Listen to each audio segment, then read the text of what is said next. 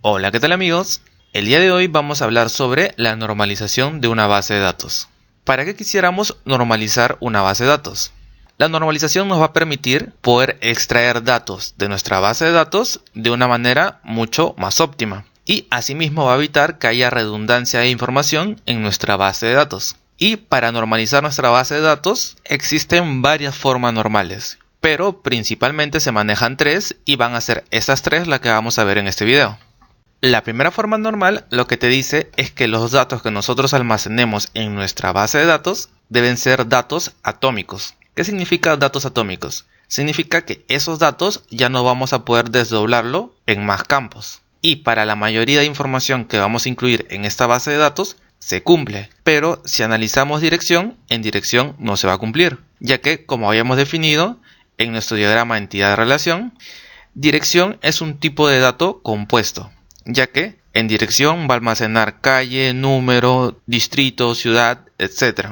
¿Y cuál es el problema si lo dejamos así? Imaginemos que los usuarios que se registren a tu base de datos coloquen la información de la calle, pero no del número, o coloquen la información de la ciudad y no del distrito.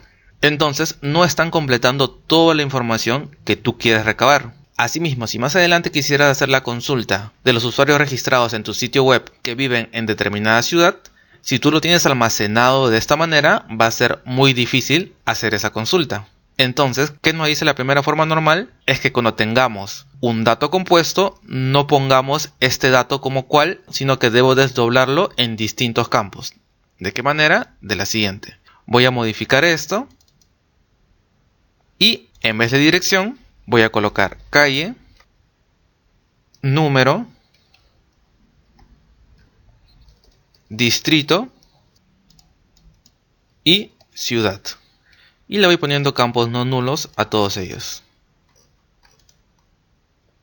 Y de esa manera nos aseguramos de recopilar toda la información que necesitamos y no le damos chance a los usuarios de que deje algún campo vacío.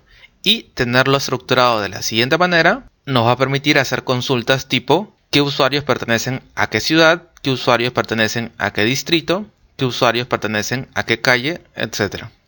Otra cosa que pudimos haber hecho es para mantener el campo de dirección, es haber creado una nueva tabla al cual podemos haber llamado, por ejemplo, address e incluyamos justamente esos campos.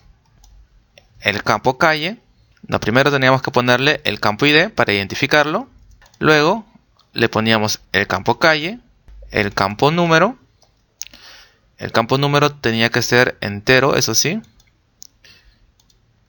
el campo distrito y el campo ciudad. Y le vamos dando campos no nulos a todo. Y ahora simplemente relacionamos con una relación de 1 a 1. Y acá podríamos eliminar ya esa información que agregué hace un momento.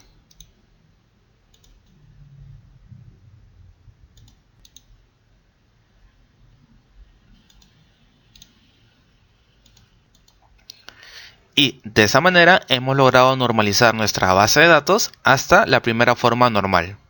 Ahora vamos a analizar la segunda forma normal.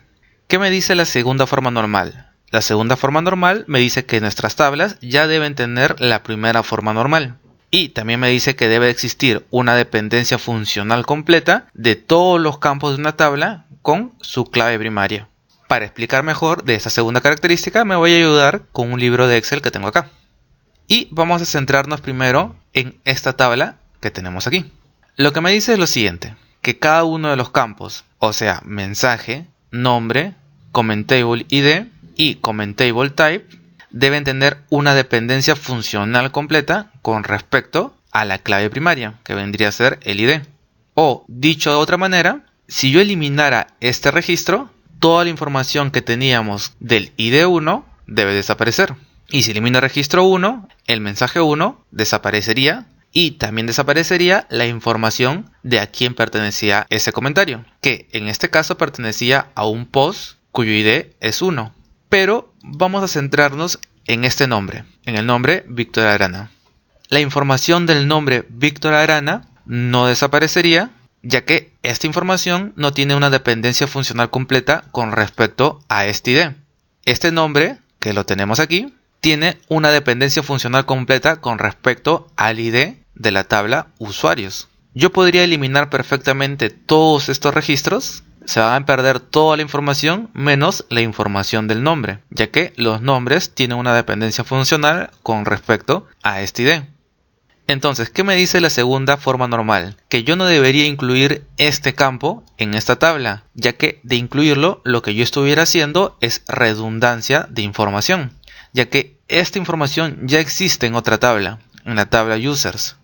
Entonces, yo debería borrar esto. Pero una vez que lo he eliminado, ¿qué ocurre? Que ahora no sé quién escribió ese comentario. Entonces, para solucionar eso, lo que deberíamos hacer es lo siguiente. Escribir acá user ID y empezar a escribir el ID de la persona que hizo el comentario. En este caso, los dos primeros comentarios lo hizo Víctor Arana, entonces voy a poner 1.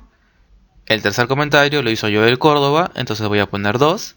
Y el cuarto comentario lo hizo Elsa Ledesma, entonces lo voy a poner 3. Entonces, de esta manera he logrado evitar la redundancia de datos y ahora se ha generado una relación de 1 a muchos entre la tabla users y la tabla comments. Entonces, ahora voy a volver a Workbench y voy a generar esa relación de 1 a muchos. Escojo este de aquí, primero selecciono la tabla comments y luego selecciono la tabla users. Acá se agregó el campo user ID. Voy a ingresar acá y voy a eliminar la información de nombre, ya que ya no tiene sentido. Y a este lo voy a cambiar por user ID en singular. Y con eso hemos logrado normalizar nuestras tablas hasta la segunda forma normal. Ahora vamos a analizar la tercera forma normal. La tercera forma normal me dice lo siguiente, que nuestras tablas deben tener la segunda forma normal y que en nuestras tablas no debe existir una dependencia funcional transitiva con respecto a la clave primaria. Para explicar mejor este detalle, vamos a venir otra vez a nuestro libro de Excel y me voy a centrar en esta tabla que tengo acá. Una dependencia funcional transitiva consiste en lo siguiente. Toda esta información que nosotros tenemos acá depende exclusivamente del ID número 1. Toda esta información que tenemos acá depende del ID número 2. Más esta información de categoría no depende del ID 1, sino depende de lo que hayamos definido aquí. Por lo tanto, ¿tiene una relación con respecto al ID? Sí tiene una relación, pero no es una relación directa, sino que depende de otro contenido que sí está relacionado con el ID. Prueba de que su existencia tiene una relación transitiva es que miren, acá dice desarrollo web, acá vuelve a decir desarrollo web, acá dice diseño web y acá dice diseño web. Y acá está ocurriendo redundancia de datos. Entonces, cuando ocurre esos casos, lo que te dice la tercera forma normal es que tú deberías generar una nueva tabla.